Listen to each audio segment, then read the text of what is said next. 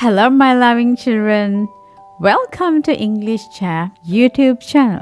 English Champ YouTube channel එකට සියලු දෙනාම සාදරයෙන් පිළිගන්නවා. ඉතින් දැන් ඔයාලා English Champ magazine එකේ ගොඩක් lessons ඉගෙන ගත්තා.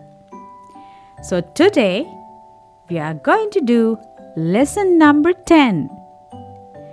Page number 19 එකේ තියෙන lesson number 10 එක ගැන තමයි අපි අද ඉගෙන ගන්න යන්නේ.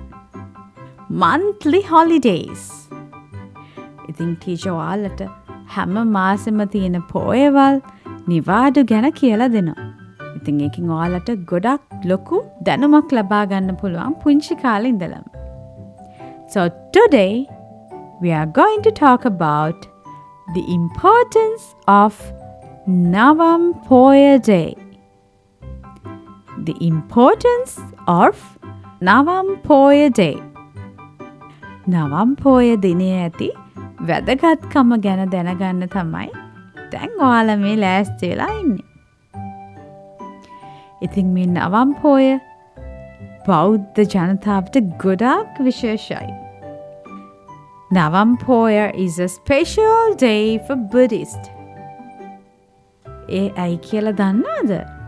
ඒ කියන්නේ නවම් පොහොය දිනයක මෙම විශේෂ සිදුවීම සිදුවන නිසා බුදුපියාණන් වහන්සේගේ අගසව් දෙනම හැටියට සැරියුත් මුගලන් මහරහතන් වහන්සේලා දෙනම තෝරා පත් කරගත්තා.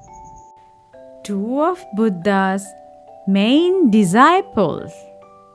Disciples කියන්නේ අගසව් දෙනම. Sariputta and Moggallana were chosen on this day. ඒ කියන්නේ නවම් පොහොය දිනයක තමයි මේ අගසව් දෙනම තෝරා පත් කරගෙන තියෙන්නේ. ඉතින් බොහෝ දෙනෙක් විවිධ සිදුවීම් ඒ පෝය දිනයක සිදුවන නිසා ඒ හැම පෝයකටම විශේෂ සිදුවීම් ගැන කතා කරනවා. අනිත් දේ තමයි Buddha also announced that he would pass away soon. ඒ වගේම තමයි බුදුහාමුදුරු දැනුවත් කරා බුදුහාමුදුරු ඉක්මනින්ම පිරිනිවන් පානවා කියලා. Buddha also announced that he would pass away soon. So people used to visit temples and they do good deeds on this day. ඉතින් මේ නවම් පෝය දිනේ දවස්වලට බෞද්ධ ජනතාව පන්සල් යනවා, ගොඩාක් පින් අතේ වැඩ කරනවා.